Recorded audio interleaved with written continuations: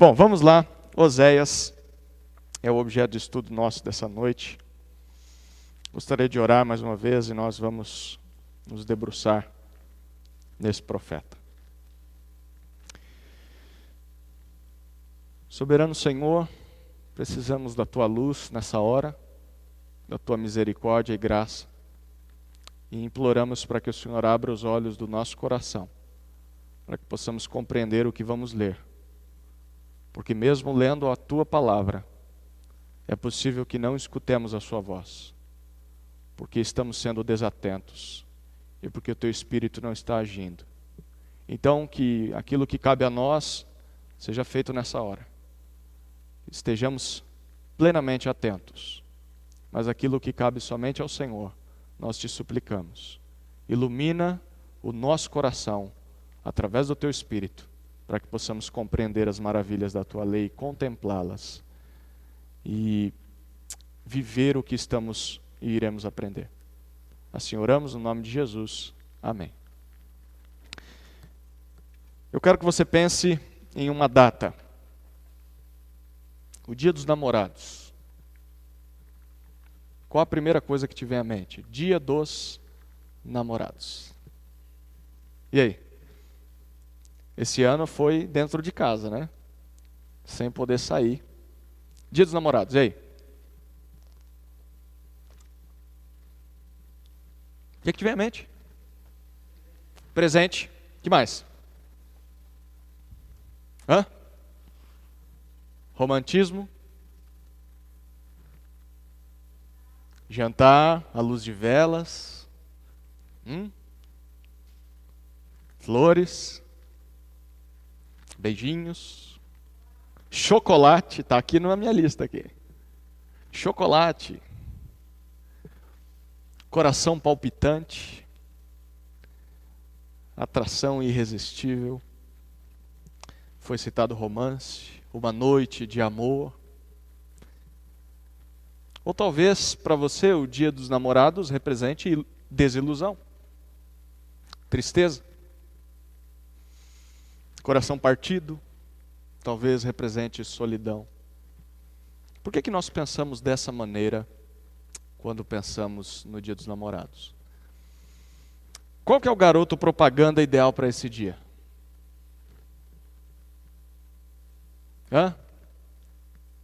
Vou dar algumas dicas. 2 asas nas costas, um arco e flecha nas mãos, cabelo encaracolado. De quem que eu estou falando? O Cupido. Cupido. Sabe de onde vem o Cupido? Já parou para pensar? E por que nós pensamos em namoro e em amor nesses termos que nós acabamos de citar? Cupido é um mito. O mito greco-romano. Significa amor. Esse é o significado do nome Cupido. Que no grego, na mitologia grega, era também Eros. Então, ou você tem Cupido ou Eros, é a mesma coisa. Na mitologia grega, Cupido era filho de Vênus. Vênus era a deusa do amor. E ele vem fruto do relacionamento de Vênus com Mercúrio, que era o mensageiro dos deuses. E a história de Cupido foi narrada por um homem chamado Lúcio Apuleio, no século II depois de Cristo. E nessa história é descrito o romance que ele tem com uma jovem chamada Psique, que significa alma. Cupido é um personagem descuidado, é um personagem travesso nessa história. E ele aponta as suas flechas para os homens e cria casais apaixonados. E tudo isso é encomenda da sua mãe. A sua mãe se deleita em ver casais apaixonados e Cupido cumpre esse papel para sua mãe. E uma vez que essas pessoas são atingidas pelas flechas de amor do Cupido, elas não têm escolha, a não ser se render à paixão. E quando se rendem à paixão, satisfazem a deusa Vênus. Esse mito criou uma visão de amor que é muito comum nos nossos dias. Talvez você nunca parou para pensar. E talvez tenha o seu amor baseado em Cupido, um mito greco-romano. Um amor que talvez poderia ser definido assim, o autor Vul de Balcom Jr., autor do livro Pastores da Família, que nós temos lido com os homens. Não nesse livro, ele escreve um outro que eu ganhei no Dia dos Pais, Família Guiada pela Fé. Eu recomendo a você, esposa, dar esse livro para o seu marido. E filho, dê para o seu pai. Pais, deem para os seus filhos. Leiam esse livro, é fantástico. Família Guiada pela Fé. Nesse livro ele diz, olha, a culpa do cupido na nossa sociedade é a seguinte, ele criou uma visão de amor assim. É uma força aleatória. Então o amor é uma coisa que nós não escolhemos por quem amamos. A quem amamos, porque é aleatório. Está na sorte. Mas também é uma força irresistível. Não dá para dizer não ao amor. Mas ao mesmo tempo é uma força incontrolável.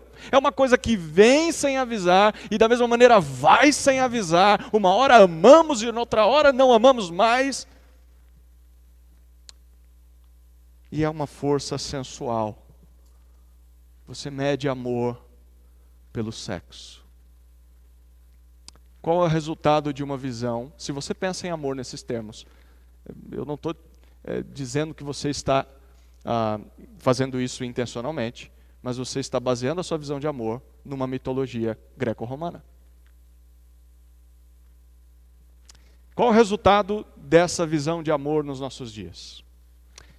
Jovens que têm uma vida sexual desenfreada. E por que tem essa vida sexual desenfreada? Porque eles buscam amor. Eles buscam satisfação no sexo, com várias pessoas diferentes. Nós temos vidas afetivas ou emocionais arruinadas, porque as pessoas enfrentam fracassos no amor, porque buscavam se satisfazer nestes termos. Pessoas com o coração partido.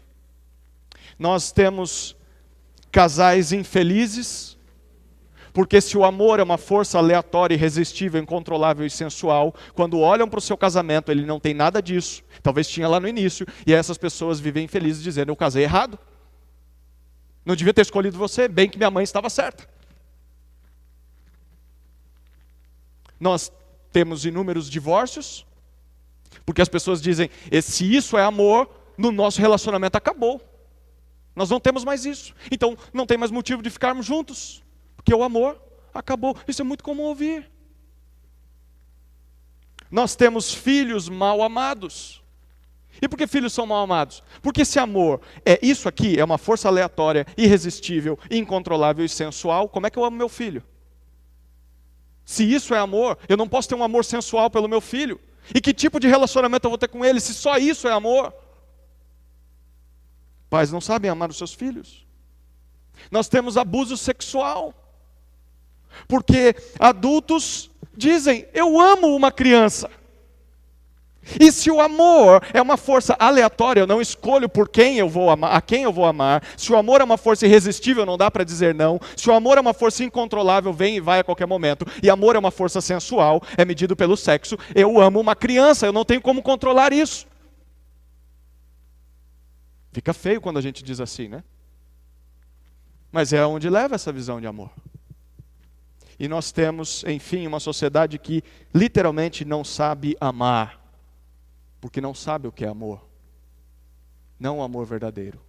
Sabe o que a mitologia greco-romana ensinou. E compram isso como bíblico. O que é amor verdadeiro? Será que há um caminho melhor para definir isso? A não ser o tal do cupido? Sim, há um caminho melhor. Nós estamos no início dos 12 profetas menores. Por que os profetas menores são chamados de profetas menores? Será que porque eles são menos importantes do que os maiores? Ou porque eles são menores em estatura? Hein, Gil? Não, não era isso. Os profetas maiores são tão importantes, menores são tão importantes quanto os maiores. Os maiores, você lembra quais são? Isaías, Jeremias inclui Lamentações dentro desse livro. Ezequiel e Daniel. E aí, nós entramos nos 12 profetas menores, que são tão importantes quanto eles, mas que escreveram menos, simplesmente por isso. Então, não é que eles viveram menos, profetizaram menos, tinham menos importância, não, eles só escreveram menos, os livros são menores. E os 12 profetas menores variam de capítulo 1, um só capítulo no livro, para até 14 capítulos apenas. Esse é o máximo que a gente vê. E os profetas menores são Oséias, Joel, Amós, Obadias, Jonas, Miqueias, Naum, Abacuque, Sofonias, Ageu, Zacarias e Malaquias. E nós vamos estudar eles até o término dessa série, os livros do Antigo Testamento. Começamos com Oséias, são 14 capítulos. Ele é um dos maiores dentro dos menores. E nós vamos estudar esse livro em 3 partes. A primeira parte nós vamos observar o casamento de Oséias, capítulos 1 até 3. Na segunda parte nós observaremos o pecado de Israel, capítulo 4 até capítulo 13. E por fim vamos terminar com o amor de Deus, capítulo 14. Tá bom? 3 partes. A primeira, o casamento de Oséias. Acompanhe comigo a leitura de Oséias, capítulo 1, versículo 1.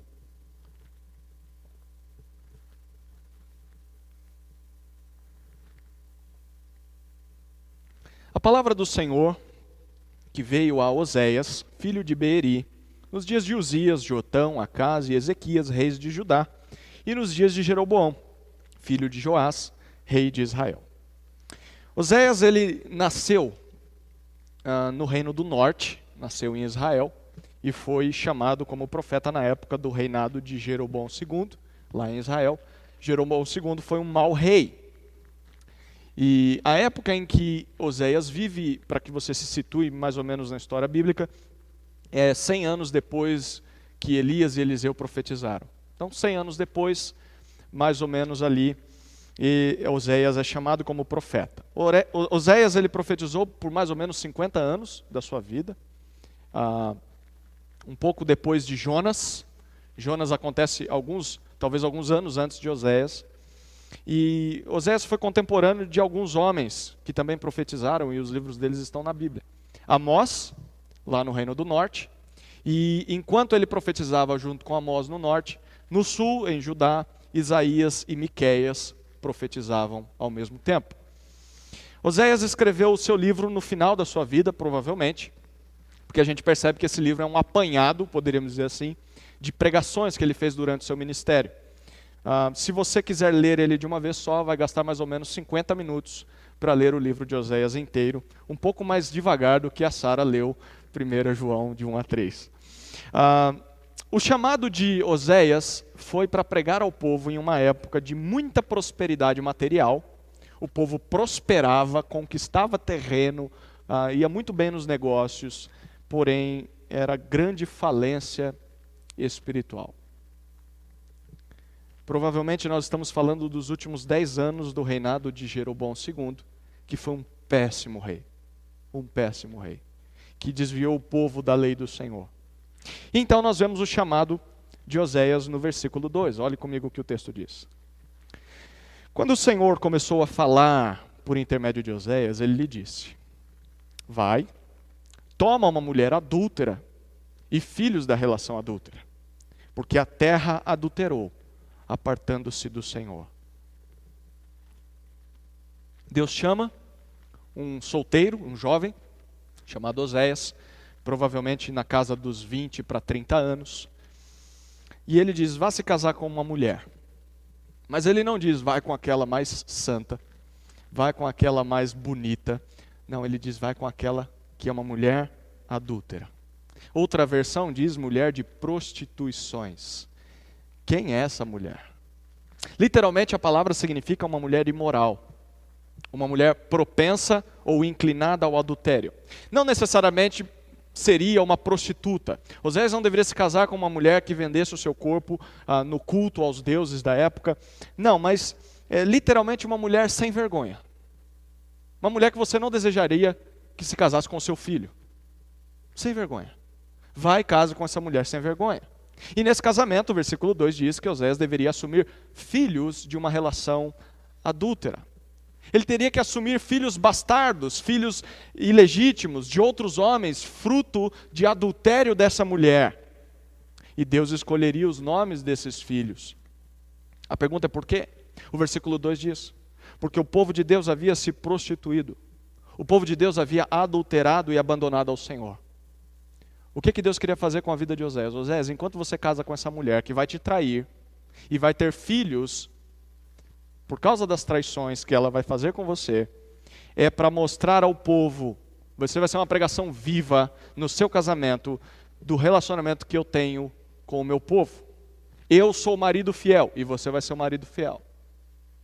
Mas o meu povo é infiel. O meu povo se deita com amantes, os ídolos.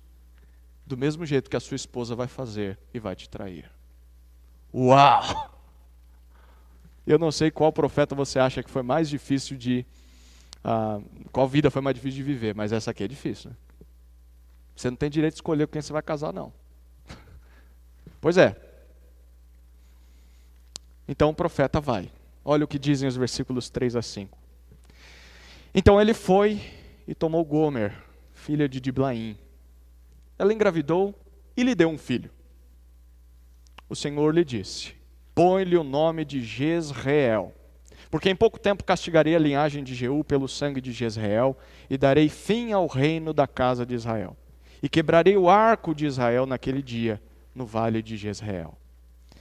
Oséias obedece, Oséias vai e se casa com uma mulher sem vergonha. Se casa com Gomer, com quem ele tem um filho. E o texto ressalta isso, um filho legítimo, é o filho dele. E esse é o primeiro filho que Oséias tem com Gomer. Deus disse: você não vai escolher o nome do seu filho não, eu que vou escolher. Você vai pôr Jezreel. Belo nome para colocar no filho, né? Pois é.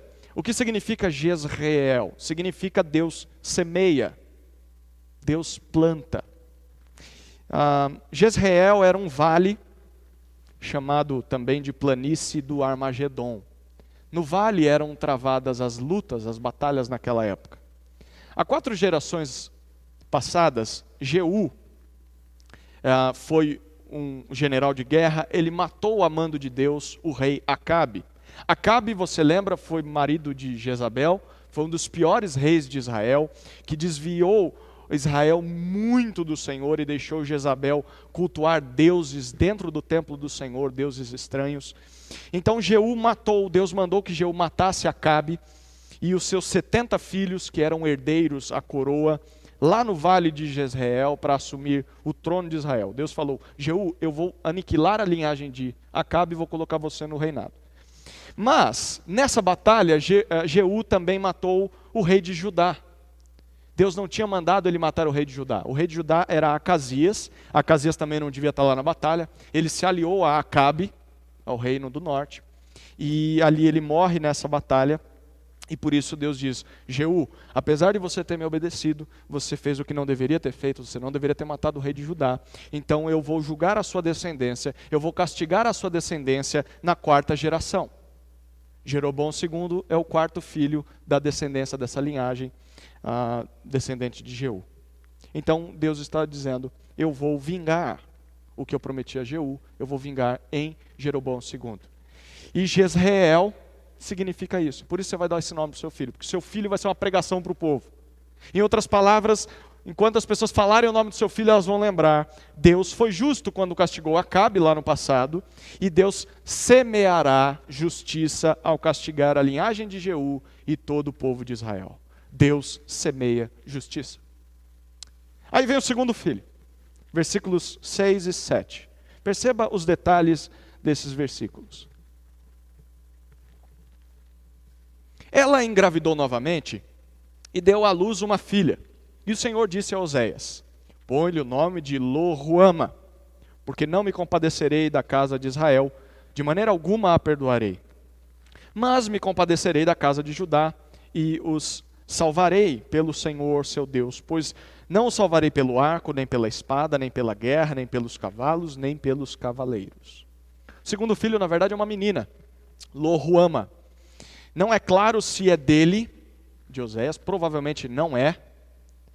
E significa desfavorecida. Talvez na sua versão já esteja essa palavra. Não amada.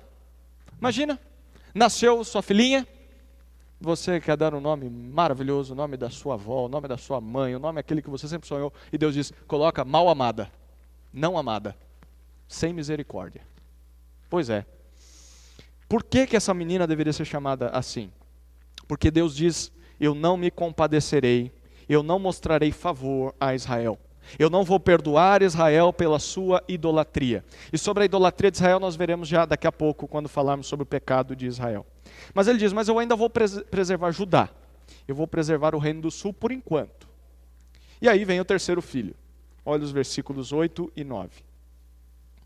Depois de haver desmamado Lo-ruama, ela engravidou e deu à luz um filho. O Senhor disse, põe-lhe o nome de Lo-ami, porque não sois meu povo, nem sou o vosso Deus. O terceiro filho é um menino, provavelmente é mais um bastardo, não é de Oséias. E Oséias tem que assumir essa criança. E o nome será, literalmente, Lo-ami significa não meu povo. Ou seja, Israel deixou de ser o povo de Deus, porque havia trocado ao Senhor por outros deuses, ídolos das nações. Esse filho não é meu. Não é meu.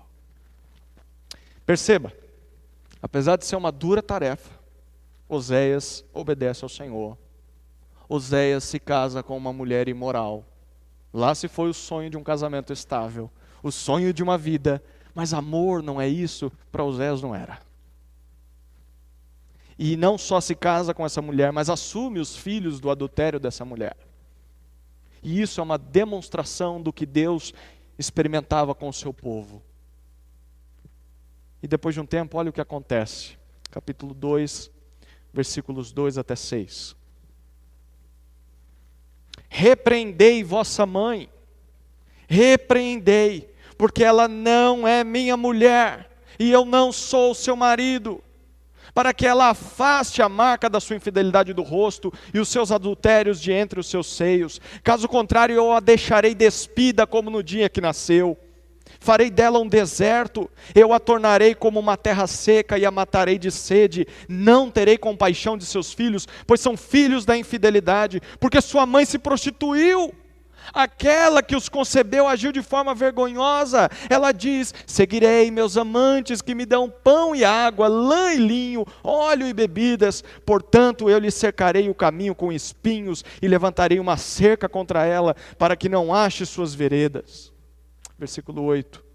Ela não reconhece que fui eu que lhe dei o trigo, o vinho, o azeite, e lhe multipliquei a prata e o ouro que eles usaram em favor de Baal.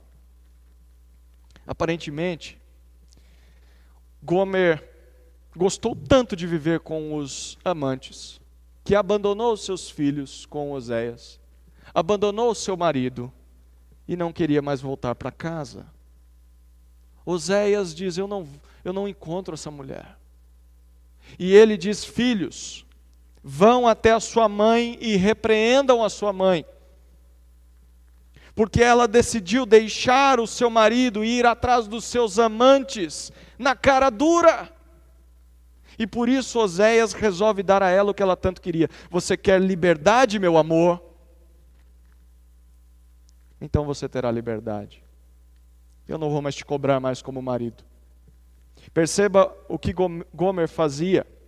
Ele diz no versículo 8. Oséias trazia pão para dentro de casa. Oséias trazia sustento, dava casa para aquela mulher, dava comida, dava vestimentas, dava joias, tudo de bom e do melhor. E o que essa mulher fazia? Pegava todas essas coisas, dormia com seus amantes e dizia, são os meus amantes que me dão essas coisas. Que mulher ingrata, miserável, sem vergonha. Deus já avisou antes. Pois é. Por isso, Oséias decide que se ela não ouvir essa repreensão, ele diz, eu não vou sustentar mais essa mulher não. Eu vou retirar dela todos esses benefícios que esses amantes a sustentam. Ela não quer eles? Então que eles deem para ela todas essas coisas. Isso já nos ensina alguma coisa sobre o verdadeiro amor.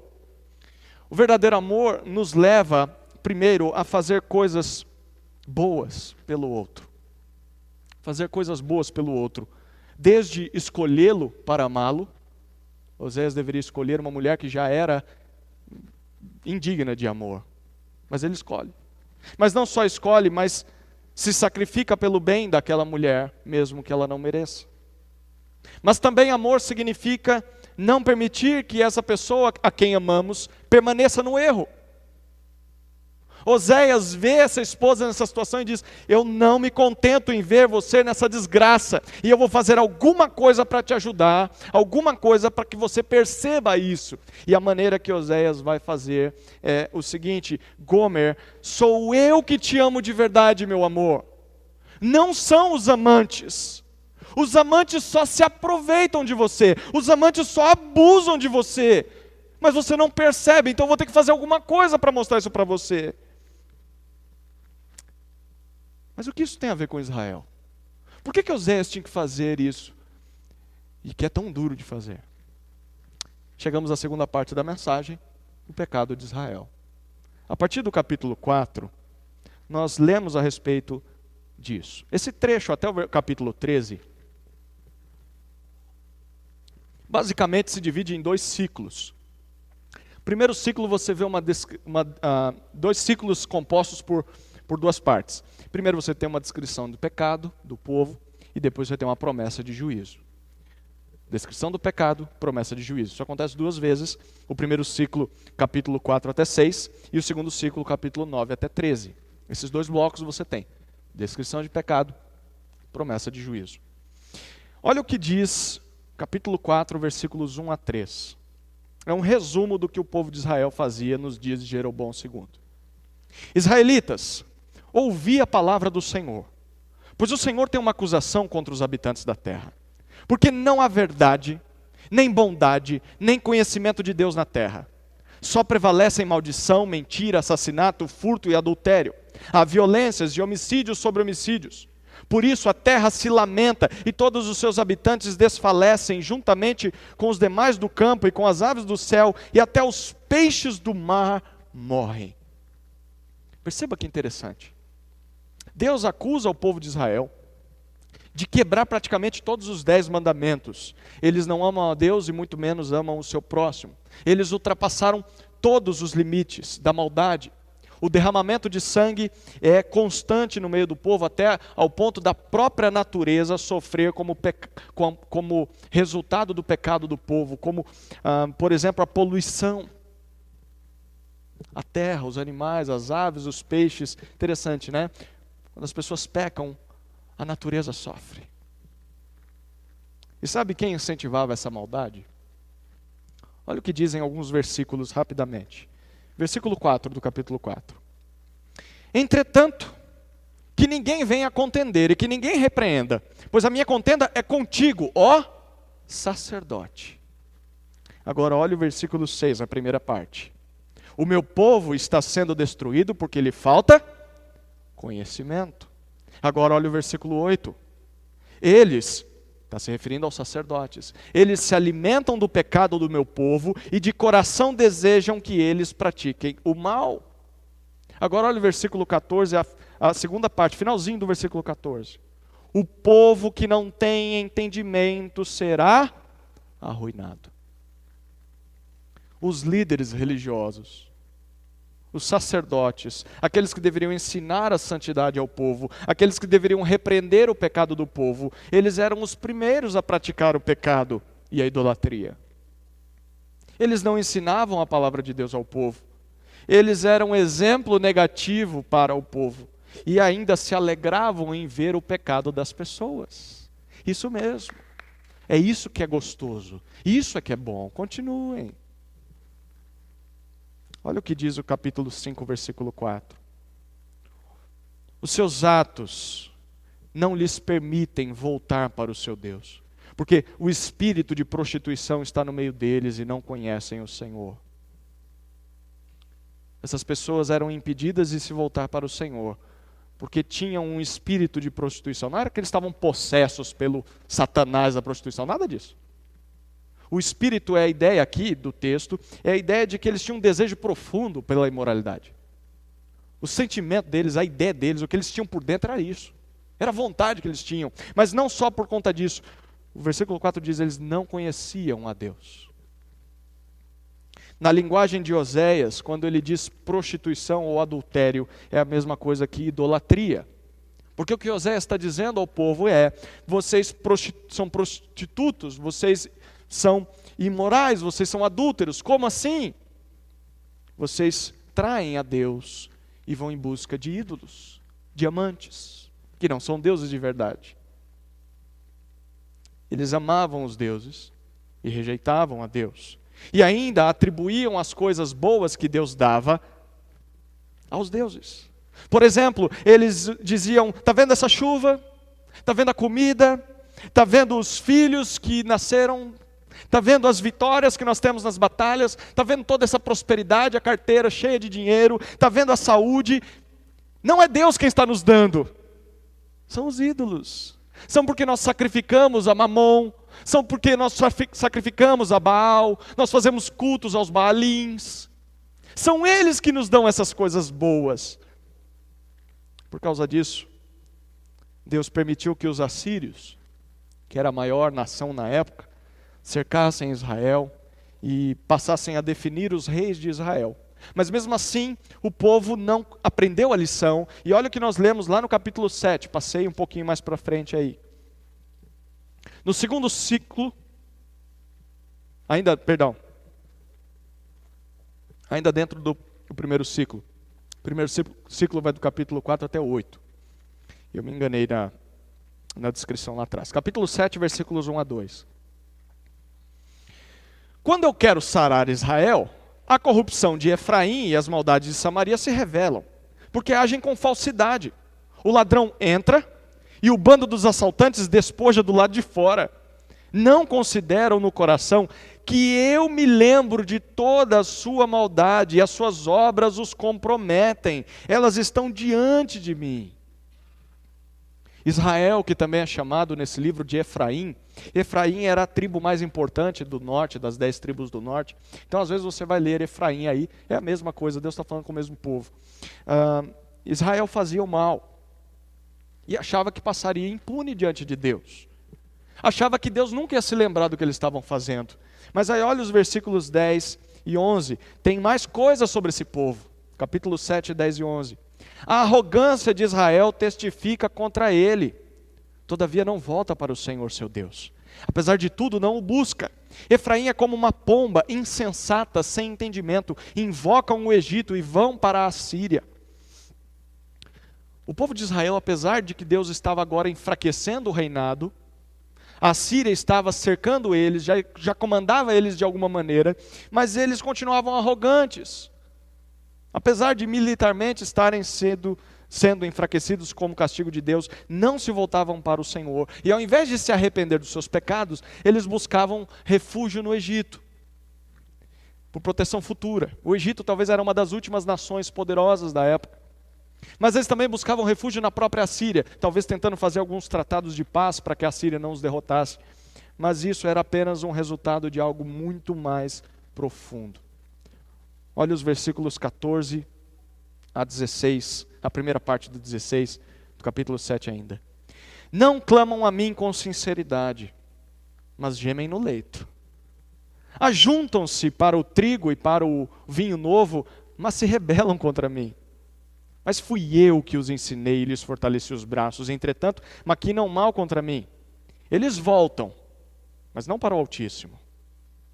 Eles voltam, mas não para o Altíssimo.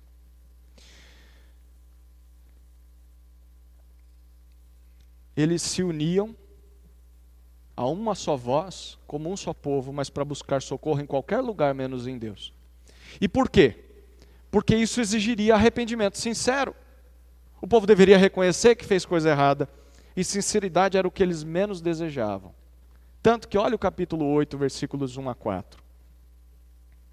Põe a trombeta à tua boca. Ele vem como águia contra o templo do Senhor, porque quebraram a minha aliança e se rebelaram contra a minha lei. E clamam a mim, meu Deus, nós, Israel, te conhecemos. Israel desprezou o bem. O inimigo o perseguirá. Estabeleceram reis, mas não por mim. Constituíram príncipes, mas sem a minha aprovação. Fizeram para si ídolos da sua prata e do seu ouro para serem destruídos. Olha os versículos 11 a 14 agora, do capítulo 8. Embora Efraim tenha multiplicado altares, eles lhe foram altares de pecado. Escrevi para eles muitos ensinamentos da minha lei, mas ele os considerou coisa estranha. Quanto aos sacrifícios das minhas ofertas, sacrificam carne e a comem, mas o Senhor não os aceita. Agora se lembrará da sua maldade e os castigará por seus pecados. Eles voltarão para o Egito, pois Israel se esqueceu do seu Criador e edificou palácios. Judá multiplicou cidades fortificadas, mas eu enviarei fogo sobre suas cidades e ele consumirá suas fortalezas. O povo quebrava a lei de Deus. E ainda assim tinha a audácia de afirmar: ó Senhor, nós te conhecemos, tu és o nosso Deus. Imagine isso, que hipocrisia religiosa. Eles pecavam porta fora e quando entravam no templo, falavam: Deus, nós te conhecemos, nós somos o teu povo, nós te amamos sobre todas as coisas. Hipócritas, falsos, mentirosos, idólatras, é isso que Deus diz: eu vou acabar com vocês. Vocês fingem uma vida religiosa, vocês mantêm os seus sacrifícios, uma prática religiosa, mas vocês desprezam o bem. Como podem dizer que me cultuam, se vocês fazem o que bem entendem, vocês escolhem os seus líderes segundo a sua vontade, vocês não me consultam mais, vocês fazem o que querem, e vocês criam ídolos para venerarem os seus próprios ídolos. Essa seria a razão da destruição do povo. E aí no capítulo 12, agora a gente avança para o segundo ciclo, capítulo 12, versículo 8, olha o que nós lemos.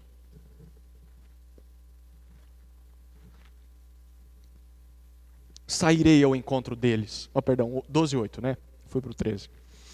Diz Efraim: certamente me enriqueci, adquiri para mim grandes propriedades. Não encontrarão mal nem pecado algum em mim, em todo o meu trabalho. Agora olha o capítulo 13, versículo 2.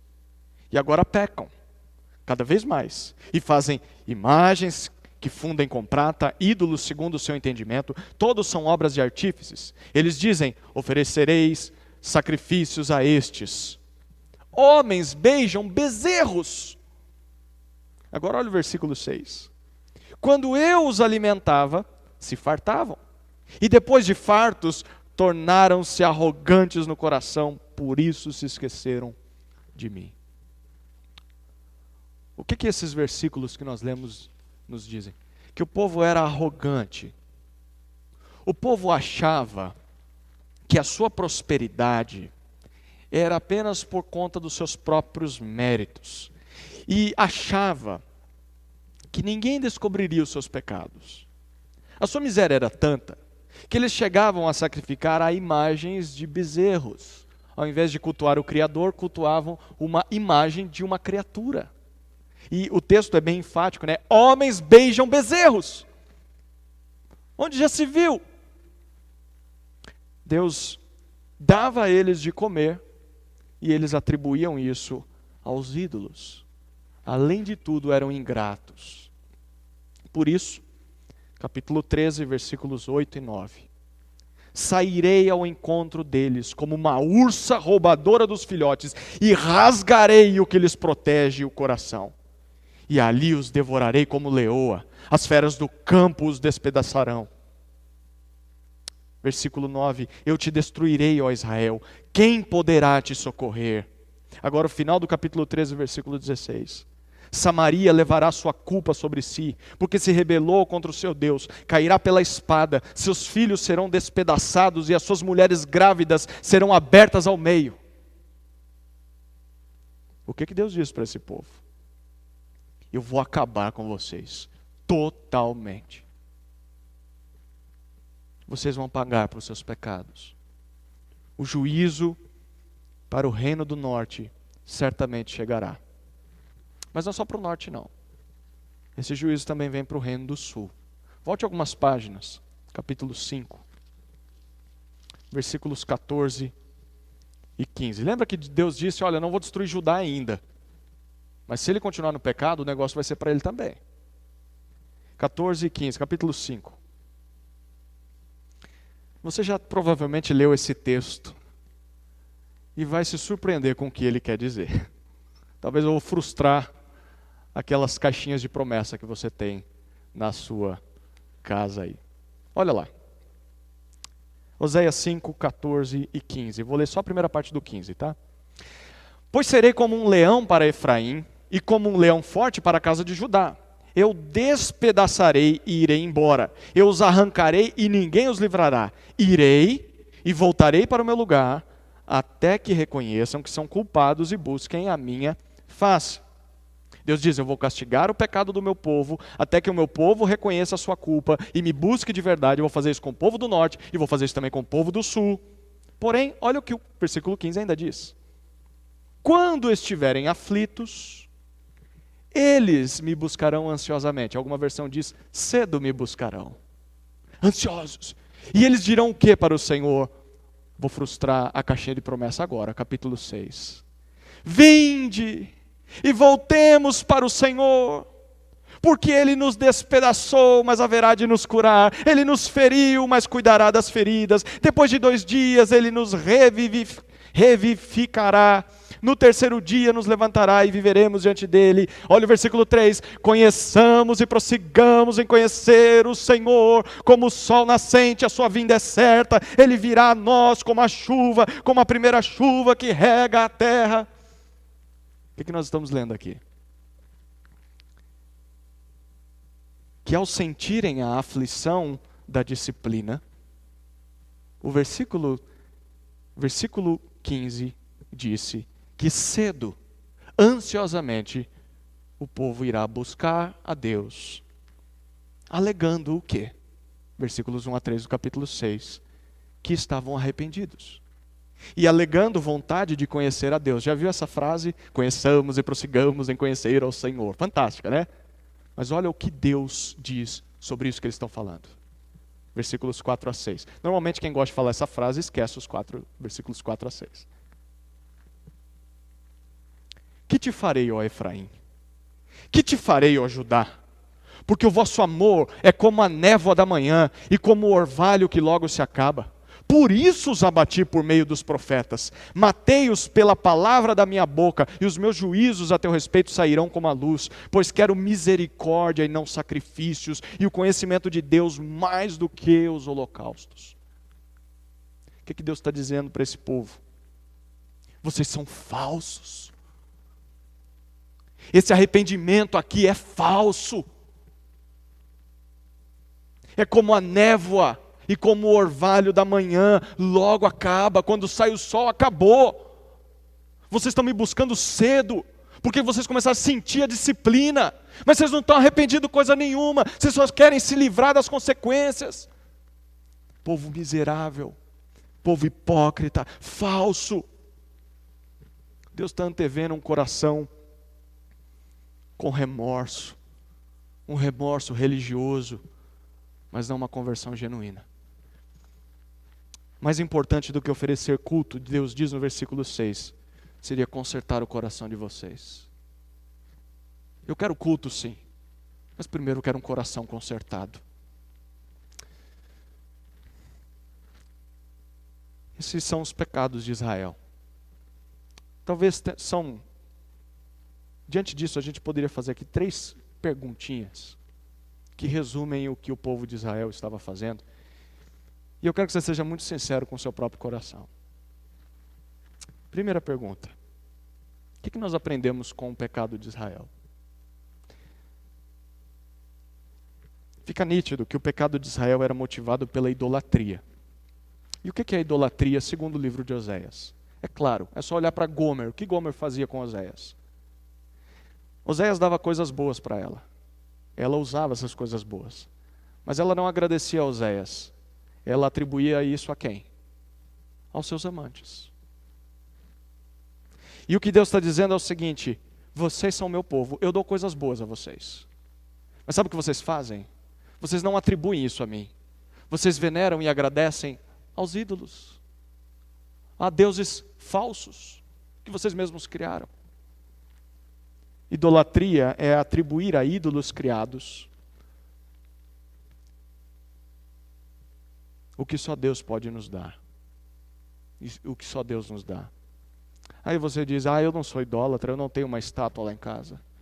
Será mesmo? A idolatria vai mais do que estátua.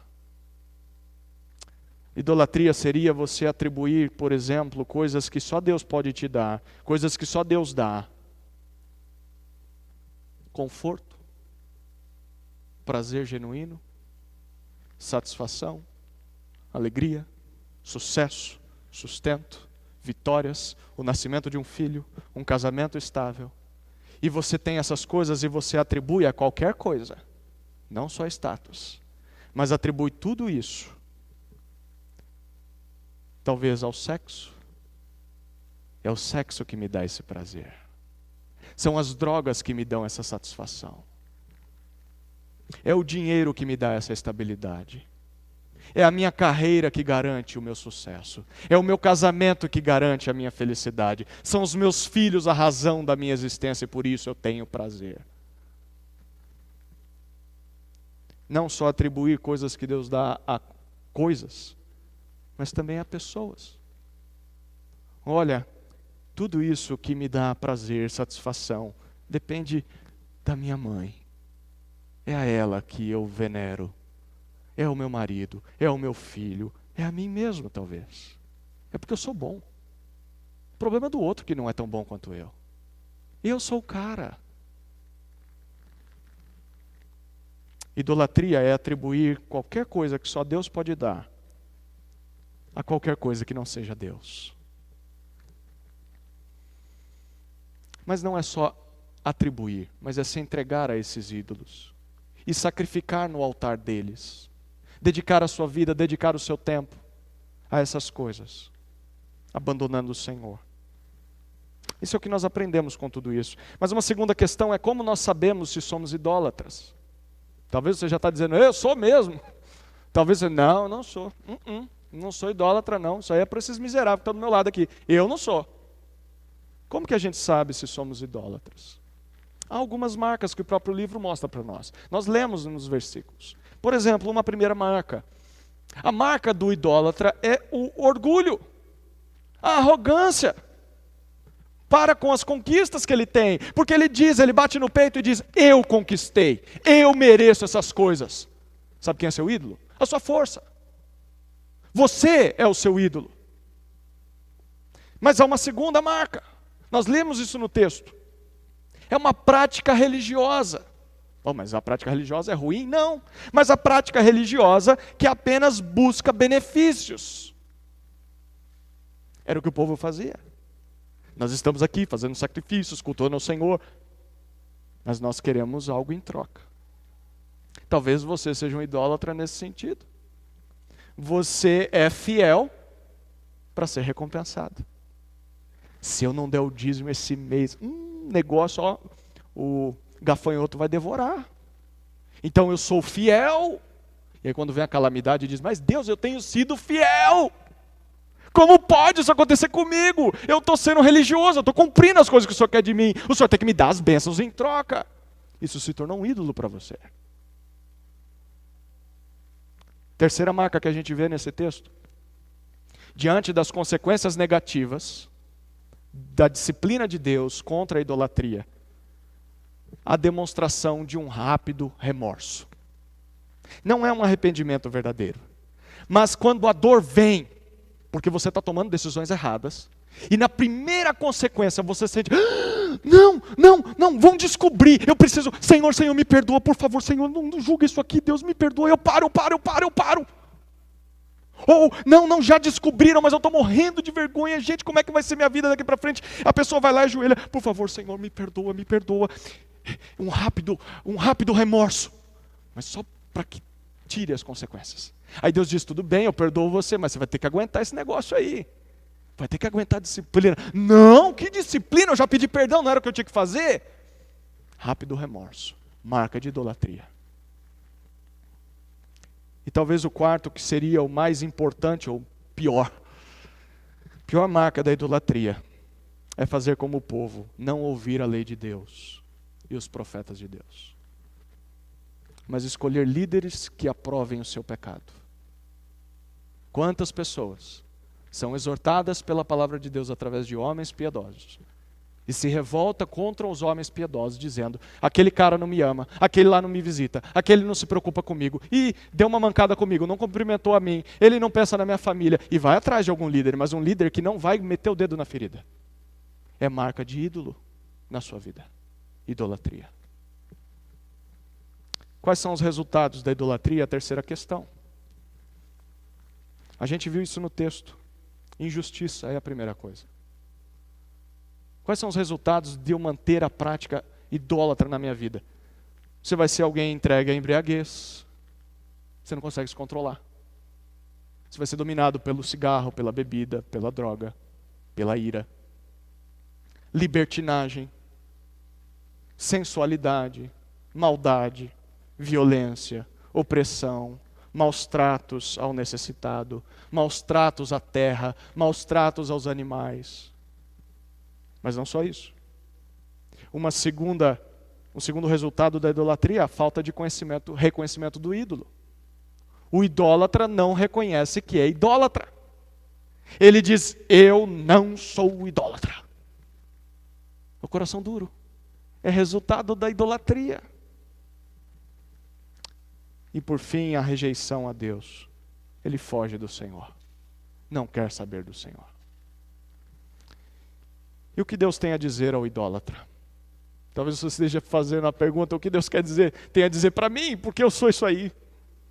Pois é, chegamos à terceira e última parte do sermão. O amor de Deus. O amor de Deus, capítulo 14. O objetivo da lição de Deus, por meio do exemplo do profeta Oséias, era mostrar a semelhança entre o casamento de Oséias e Gomer, que há entre o relacionamento de Deus e o seu povo Israel. Então, por causa dos adultérios de Gomer, Oséias deixaria de sustentá-la. Lembra que ele disse: eu não vou sustentar mais ela, que os amantes a sustentem. E o que Deus está querendo dizer com a vida de Oséias e com a pregação dele é o seguinte: por causa da idolatria do meu povo, por causa do adultério espiritual de Israel, eu vou castigá-lo. Mas tinha um propósito em tudo isso. Volta algumas páginas, já a gente lê o capítulo 14. Mas lá no capítulo 2, versículo 7, nós pulamos esse versículo de propósito quando lemos esses versículos.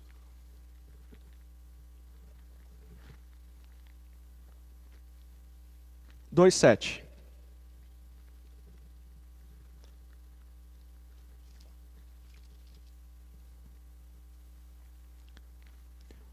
Oséias está dizendo isso em relação à sua esposa. Ele está falando com os filhos: vão lá repreender a sua mãe. E olha o que ele disse: ela irá atrás dos seus amantes, mas não os alcançará. Procurará, mas não os achará. Então dirá: voltarei ao meu primeiro marido, porque eu estava melhor do que agora. Oséias iria deixar a sua esposa, ir atrás dos seus amantes, mas Gomer iria descobrir na prática a desgraça em que se meteu. Os amantes não amavam ela de verdade. Apenas abusavam dela, apenas usufruíam dela. A sua vida nas mãos dos amantes passaria a ser miserável, e nesse momento ela iria se lembrar como o seu marido a amava de verdade, e de como a vida era boa ao lado dele. Então ela voltaria para o seu marido. Então Deus explica o que isso significava para a vida de Israel. Versículos 14 a 17 do capítulo 2. 2, 14 a 17. Todavia eu a atrairei, levarei para o deserto e lhe falarei ao coração. Ali eu lhe devolverei as suas vinhas e farei do vale de Acor uma porta de esperança. Ali ela me responderá como nos dias da sua juventude, como no dia em que subiu da terra do Egito. Naquele dia, diz o Senhor, ela me chamará meu marido e não me chamará mais meu Baal. Pois tirarei da sua boca os nomes dos Baalins e ela não mencionará mais esses nomes. Deus disse que quando a nação de Israel se der conta do que fez, de que abandonou a Deus em busca dos ídolos, Deus irá levar o povo de Israel a um lugar calmo. E ali irá falar ao coração de Israel e vai reconquistar Israel. O povo vai responder positivamente ao Senhor, como na época da sua juventude, lá no Monte Sinai, depois que Deus livrou o povo da escravidão no Egito e fez ali um pacto, uma aliança com o povo no Monte Sinai, onde deu os 10 mandamentos. E então Deus diz: nós vamos nos casar novamente. Depois de tudo isso, eu vou me casar novamente com o meu povo. E nesse dia Israel terá apenas um marido, será Deus. E não irá mais trair ao Senhor com os seus amantes, com Baal, Baalins, os ídolos. E aí nos versículos 19 e 20, olha o que nós lemos. E me casarei contigo para sempre. Sim, eu me casarei contigo em justiça, juízo, misericórdia e compaixão. Eu me casarei contigo em fidelidade e tu reconhecerás o Senhor. Deus diz que esse casamento vai ser em justiça, juízo, misericórdia, compaixão, fidelidade. Ou seja, não haverá mais pecado, não haverá mais castigo e sequer novos adultérios. Nesse dia, olha o versículo 23 o que diz. Eu os semearei. Lembra o que significa semear? A tradução do nome Jezreel. Eu os semearei para mim na terra e terei compaixão de Lo-Ruama. E direi a Lo-Ami, que significa não meu povo, direi, tu és meu povo. E ele dirá, tu és o meu Deus. Perceba que fantástico. Deus utiliza os 3 nomes dos filhos de Oséias para aplicar a mensagem final ao povo. Ele diz, lembra de Jezreel? Eu semearei, eu plantarei o povo na terra prometida novamente. Lembra de Lo-Ruama, a desfavorecida, a sem misericórdia, a não amada? Eu terei compaixão dela, eu irei amá-la. Lembra do Lo-Ami, não meu povo? Agora ele será o meu povo. E ele me reconhecerá como o seu Deus, o Deus único e verdadeiro. A restauração do casamento de Oséias e de Gomer e os nomes dos seus filhos iriam servir para demonstrar a Israel como Deus os restauraria depois de castigá-los. Como Deus mudaria a sua sorte para sempre, dali para frente. E assim seria a restauração. Olha o capítulo 3, versículos 1 a 3. O Senhor me disse, vai outra vez, Oséias, ama aquela mulher amada por outro e adúltera, como o Senhor ama os israelitas, embora eles se desviem atrás de outros deuses e amem uvas passas. Assim, comprei para mim aquela mulher por 15 peças de prata e 1,5 homem de cevada. E lhe disse, tu viverás comigo muito tempo, não te prostituirás, nem serás mulher de outro homem. Eu também viverei contigo. Gomer, eu quero que você imagine essa cena. Gomer foi atrás dos seus amantes e foi muito maltratada por eles. Ela descobriu que eles não a amavam. Só o seu marido a amava. Mas quando ela desejou voltar para o seu marido, era tarde demais. Porque em busca de sustento, em busca de alimento, em busca de abrigo, essa mulher acabou sendo vendida como alguma escrava a algum israelita. Oséias, Deus diz, Oséias, vá até esse homem, que agora é dono da sua esposa. E você vai até ele e vai comprá-la para você. Você vai pagar o preço do resgate. E a palavra resgate significa comprar de volta. É a mesma coisa de redenção. Você vai redimir essa mulher de volta. Ela era sua, deixou de ser sua, mas você vai comprá-la de volta, mesmo sendo sua. E Oséias paga o preço dessa mulher. Leva ela para casa, onde a restaura novamente. E é exatamente isso que Deus promete a Israel, versículos 4 e 5. Pois os israelitas ficaram muito tempo sem rei, sem príncipe, sem sacrifício, sem coluna, sem colete sacerdotal e sem ídolos do lar. Depois os israelitas voltarão e buscarão o Senhor seu Deus, e Davi seu rei, e nos últimos dias, tremendo, eles se aproximarão do Senhor e da sua bondade. O que Deus diz é que como castigo dele, os israelitas iriam ficar sem rei, sem príncipe, sem sacrifício e inclusive sem ídolos. E isso acontece no ano 722 a.C., mesmo com os avisos de Oséias. A Assíria invade Israel e destrói totalmente a terra. Alguns poucos crentes fogem antes disso para Judá. Provavelmente Oséias vai junto com eles antes do castigo. E é de lá onde provavelmente Oséias escreveu o seu livro. Porém, 135 anos mais tarde, apesar de tantos avisos proféticos e o exemplo de Israel, o povo de Judá também seguiu os mesmos passos do povo do norte. E foi conquistado pela Babilônia por 70 anos. Mas Deus promete, nesse texto que nós lemos, que depois desse castigo, eles irão voltar para a sua terra, e eles irão buscar a Deus. Não só isso, mas eles buscarão, olha o versículo 5, buscarão o Senhor seu Deus e Davi, seu rei. Ele está se referindo a um descendente de Davi, porque Davi já tinha morrido faz muito tempo. Um descendente real e perfeito. Eles se aproximarão tremendo em busca de Deus e da sua bondade. E é nesse dia que nós lemos o final do livro, capítulo 14, versículo 4. Curarei, nesse dia curarei a sua infidelidade e os amarei espontaneamente, porque a minha ira se apartou deles. Eu vou curar a infidelidade de Israel. Eu vou curar o adultério, a idolatria desse povo. E eu vou amá-lo de todo o coração, porque a minha ira irá se apartar de sobre ele. Os 70 anos de cativeiro chegaram ao fim. Uma parte dos judeus volta para Israel. Muros e templos são reconstruídos dentro do possível, mas ainda faltava muita coisa. O povo que volta do exílio não era dono da terra, não tinha mais direito de ter o seu próprio rei, seus governantes eram subjugados por outras nações.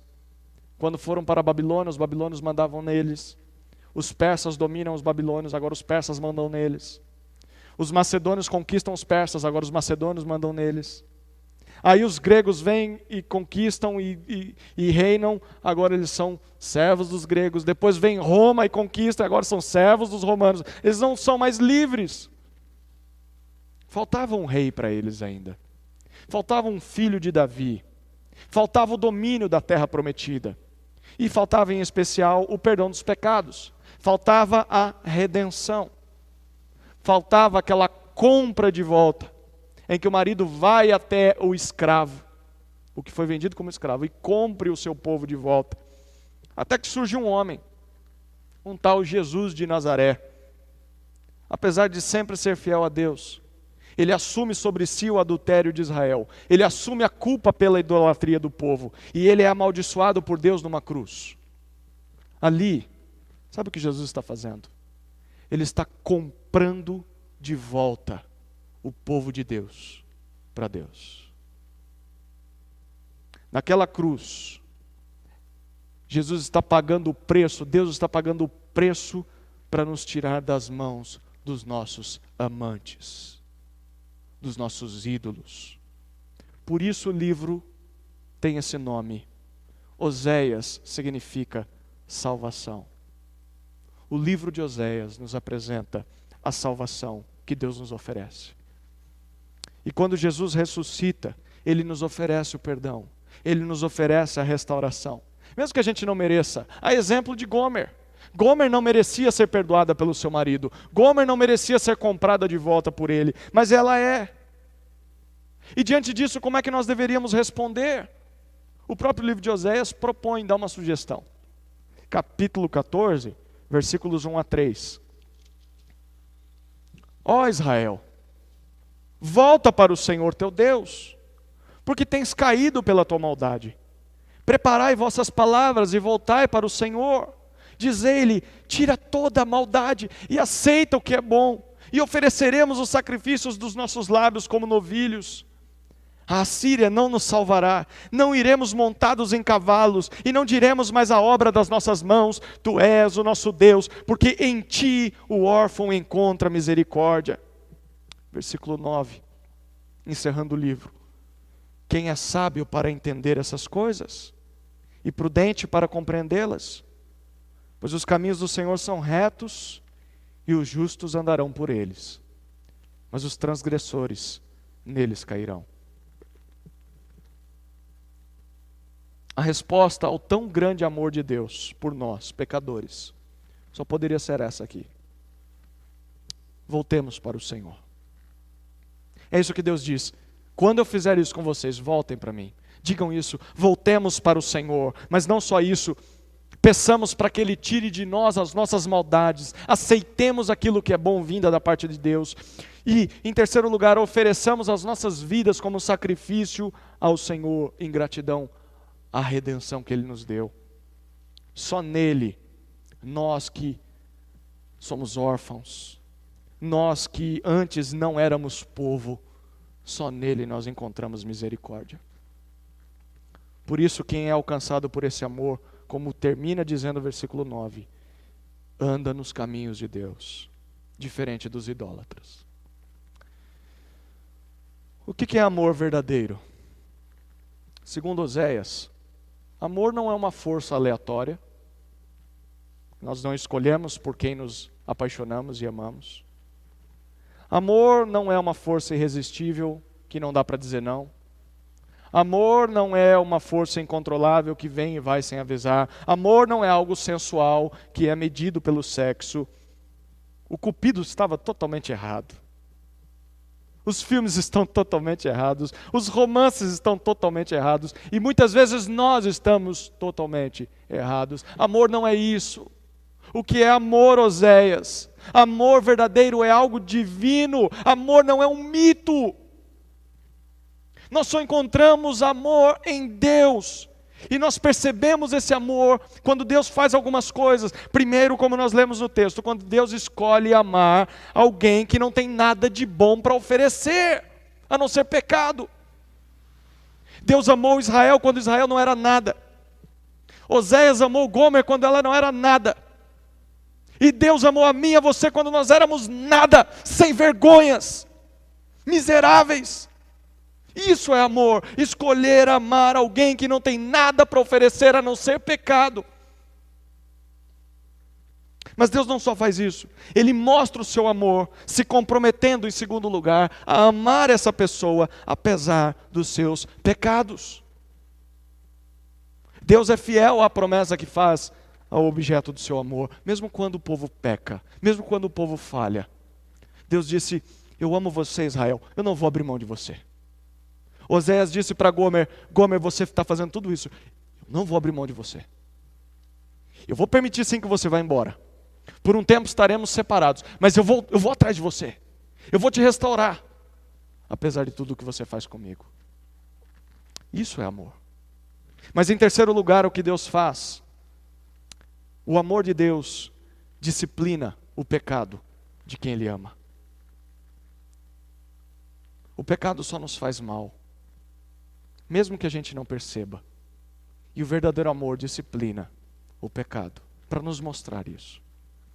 Mas em quarto lugar, e mais importante, Deus mostra o verdadeiro amor restaurando o pecador, mesmo que ele não mereça. Eu não sei o que você faria no lugar de Oséias. Eu não sei o que eu faria no lugar de Oséias. Mas o que ele fez foi formidável. É isso que Deus faz comigo e com você. Se eu quero aprender a amar, eu preciso conhecer a Deus. E eu preciso experimentar o amor de Deus por mim. Só assim eu vou poder amar os outros. Só assim eu vou poder amar o meu cônjuge, os meus filhos e os meus próximos. E eu farei isso imitando a Deus. Primeiro, escolhendo, decidindo amar essas pessoas, apesar delas. Eu não sei como está o seu casamento. Eu não sei como está o seu relacionamento com seus filhos. Eu não sei como está o seu relacionamento com seus familiares. Não venha me dizer que o amor acabou, porque isso é coisa do cupido. O verdadeiro amor escolhe, decide amar as pessoas apesar delas. Decida isso. Decida amar essa pessoa apesar dela. Segundo lugar, se comprometa a amá-la. E ser fiel a essa sua promessa, apesar dos pecados dessa pessoa. Apesar das falhas dessa pessoa. Apesar de que ela não vai fazer o mesmo por você. Seja fiel ao que você está prometendo. Terceiro, apesar de tudo isso, não deixe, não aceite vê-la viver no pecado. Então avise essa pessoa. Se você ama de verdade, você avisa. Se você ama de verdade, você confronta. Se você ama de verdade, você disciplina. Se é possível que você discipline, talvez o seu filho. Ah, eu amo tanto, mas não dá para controlar a criança. Não dá mesmo, mas você tem que mostrar que o que ela está fazendo é errado. Faça alguma coisa. Avise, discipline, mas faça. Porque o verdadeiro amor não se contenta em ver a pessoa amada vivendo no pecado. E em quarto lugar, restaure essa pessoa à comunhão contigo. Perdoe ela. Pague o preço.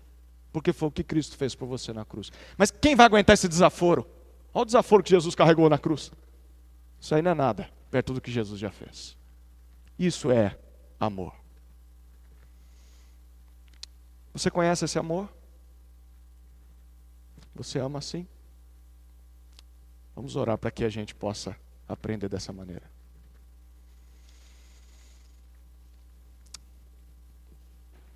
Querido Deus, obrigado pelo teu grande amor.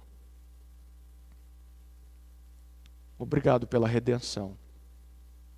Obrigado pela salvação. Nós não merecíamos. E continuamos não merecendo. E nunca iremos merecer. Mas isso é amor verdadeiro. Dá-nos um coração grato. Nos dê nojo de nossos ídolos, dos nossos pecados.